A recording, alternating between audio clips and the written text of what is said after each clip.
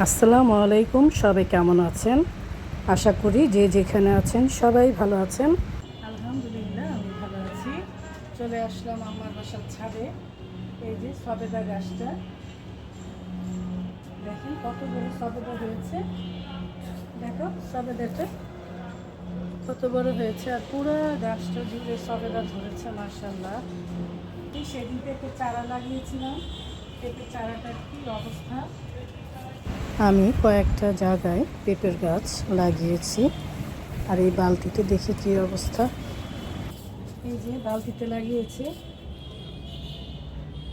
ভালোই। আমি তো ভাবছি বৃষ্টিতে নষ্ট হয়ে যাবে, তাই দেখতে আসলাম। আর এই যে এই দুইটা তো মাশাআল্লাহ দিলে অনেক বড় হয়েছে।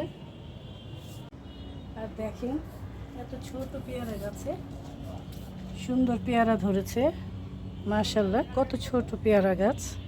এই গাছটা, ফুলের গাছটা অনেক ছড়িয়ে গেছে, তাই আজকে আমি একটু ছেঁটে দিব। এখান থেকে শুরু করি। হ্যাঁ, কাটতে মায়া লাগে, তারপরও কিছু করার নেই, একটু ছাড়তে হবে। বেশি এই সিঁড়ির এই দিকটা বেশি চলে আসছে।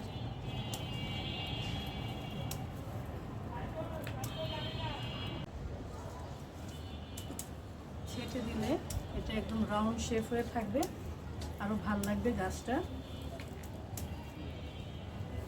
বৃষ্টির সিজন, একটু কেটে দিলে আরও সুন্দর হয়। নিচে চলে আসছে এটা।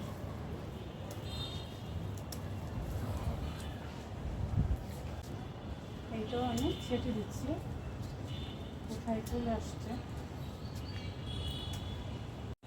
গাছে পানি দিয়ে দিচ্ছি। গাছের মাটিগুলো দেখেন কি শুকিয়ে গেছে। আমরা যেমন পানি খাই তাদেরও তো পানি দিতে হয়। সকালে একজন এসে পানি দিয়ে যায়, অনেক গরম পড়েছে তাই দুইবার করে গাছে পানি দিতে হয়। বিকেলে আমি দিয়ে দিচ্ছি। আজকে অনেক কাজ করা হলো সকাল থেকে। বাজারে গিয়েছিলাম, অনেক মাছ কিনেছি, সেগুলো ধুয়ে আবার রান্না করা। আজকে বাজার থেকে অনেক মাছ আনা হয়েছে।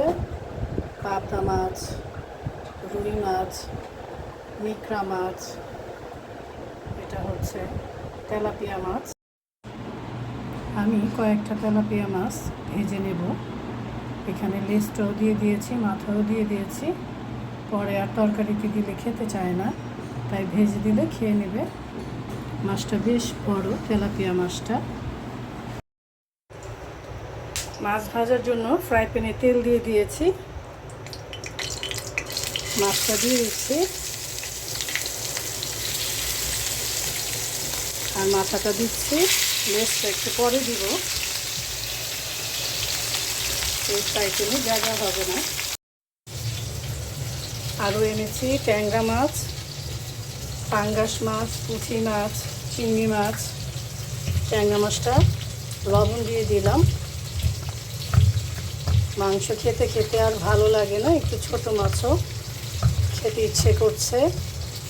আমি সব বাজার থেকে কুটিয়ে নিয়ে এসেছি, কারণ এত মাছ একা কাটা সম্ভব না।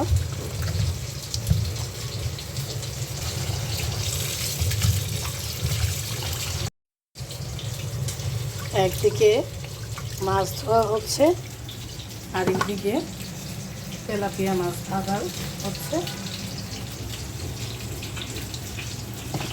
দুপুরের খাওয়া দাওয়ার ব্যবস্থা আর কি, শর্টকাটে একটু মাছ ভেজে নিব। আর ফ্রিজে ডাল আছে, একটু চিংড়ি মাছের মাথা ভর্তা করব, ব্যাস। ট্যাংরা মাছটা ধোয়া হয়ে গেল। আর এদিকে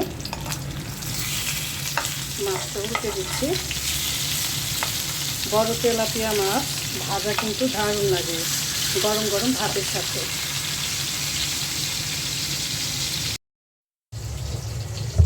একদম তাজা পুঁটি মাছ নিয়ে এসেছি,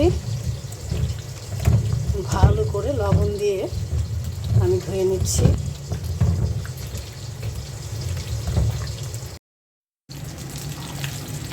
মাছটা উঠিয়ে নিচ্ছি। একদিকে মাছ ধোয়া হচ্ছে, আর এইদিকে মাছ ভাজা হচ্ছে। মাথাটা একটু হবে, আমি উল্টে পাল্টে মাথাটা ভেজে নিচ্ছি। গ্যাসটা এক পাশে দিয়ে দিলাম। মাছটা আরও কড়া করে ভাজতে হবে। সব সময় বাজারে যেতে পারি না, তাই একবারে কয়েক রকমের মাছ নিয়ে আসলাম। সবই ধোয়া হয়ে গেছে, বাটি বাটি করে রেখেছি। চিংড়ি মাছের মাথাটা এখন আমি ভর্তা করব। অল্প করে চিংড়ি মাছ বেছে নিলাম, একদিন যেন রান্না করতে পারি। এখন হাতে একদমই সময় নেই, পরে আবার বাকিগুলো বেছে ধুয়ে রাখবো। চিংড়ি মাছের মাথার জন্য পেঁয়াজ, রসুন, কাঁচামরিচ, ধনিয়া পাতা কেটে নিলাম। সরিষার তেল দিয়ে ভর্তাটা করব। চিংড়ি মাছের মাথার সাথে কয়েকটা চিংড়ি মাছও দিয়ে দিয়েছি।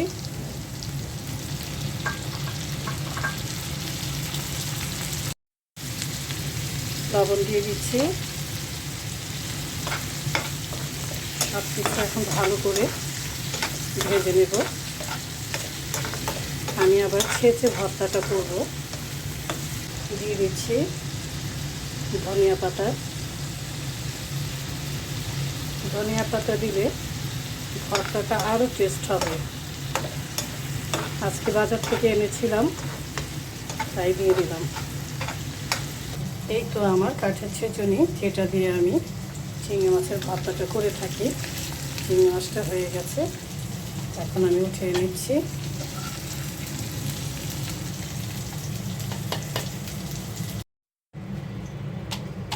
চিংড়ি মাছের ভর্তাটা আমি এখন ছেঁচে নিচ্ছি। এই ভর্তাটা আপনাদের ভাইয়ার খুবই প্রিয়। আজকে যেহেতু বেশি কিছু করলাম না, কারণ মাছ নিয়েই পড়েছিলাম কতক্ষণ। বাজারে গিয়েছিলাম, মাছ ক্লিন করলাম, ফ্রিজে রাখলাম, তাই শুধু মাছ ভাজা আর ভর্তা আর মুসুরির ডাল দিয়ে খাওয়া হবে। এই তো হয়ে গেল মজাদার চিংড়ি মাছের মাথার ভর্তা।